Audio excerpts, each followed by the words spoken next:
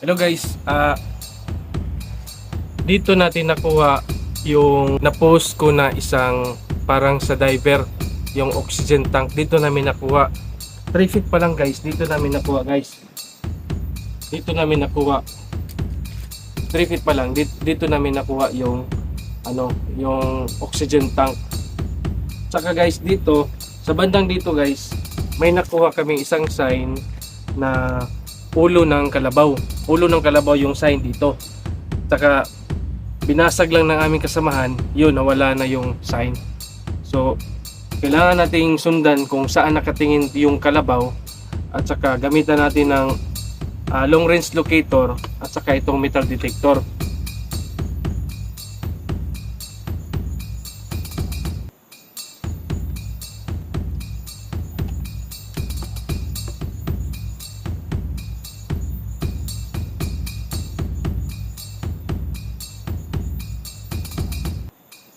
Okay guys, sa dito banda guys, dito yung nakaposisyon yung ulo ng kalabaw. Papunta doon yung direksyon niya. So, sa ating long range locator naman, doon pa rin yung direksyon niya sa long range locator.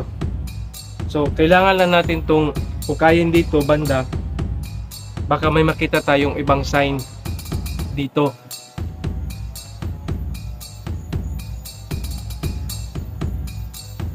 Walang ibang sinasabi yung locator natin guys, kundi dito talaga yung direction niya.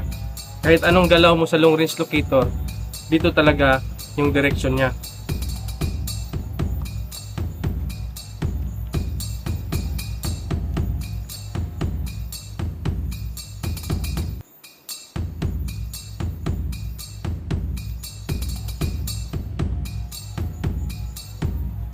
So ayan guys, umikot yung long range locator natin. So ibig sabihin, pag ganitong ikot guys, hindi masyadong malakas. Ang ibig sabihin yan ay may kalaliman pa. Nasa mga 5 feet pa or 6 feet yung huhukayin natin.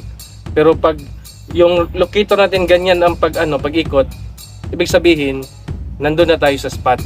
Pero sa ngayon guys, ang ikot niya dahan-dahan. So ibig sabihin may kalaliman pa ang hidden treasure. Ang nakakaamis lang dito guys, kasi may nakita kami ditong sign na isang ulo ng kalabaw. At saka yung nakuha namin isang oxygen tank, parang oxygen tank, dito rin namin nakuha guys.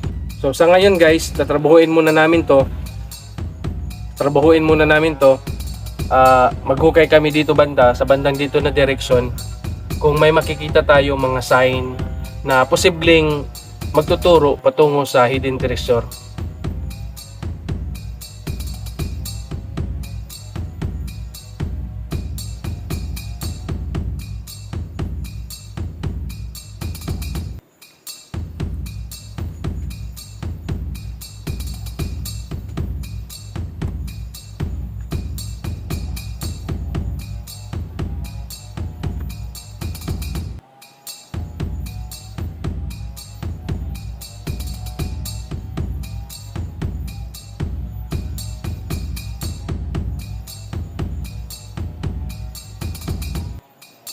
So dito talaga guys ang direction sa ating long range locator, kung saan nakaharap yung ulo ng kalabaw. Dito talaga. So hukayin natin dito guys mamaya. Papakita ko sa inyo kung may makita tayo mga sign dito sa gilid ng ating hukay.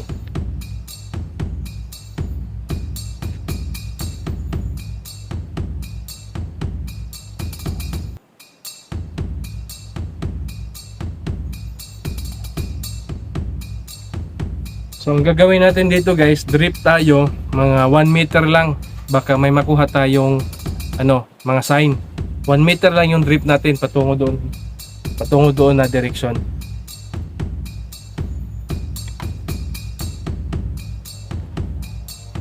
Pero i-confirm natin guys kung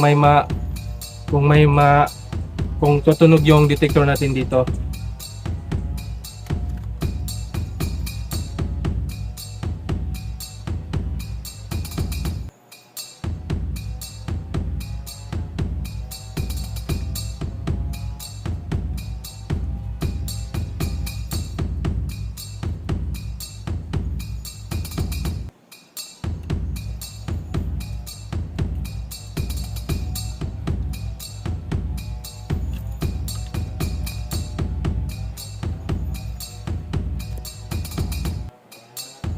So wala pa guys. So ibig sabihin malalim pa yung huhukayin natin. So samahan nyo kami guys. God bless and amping kanunay.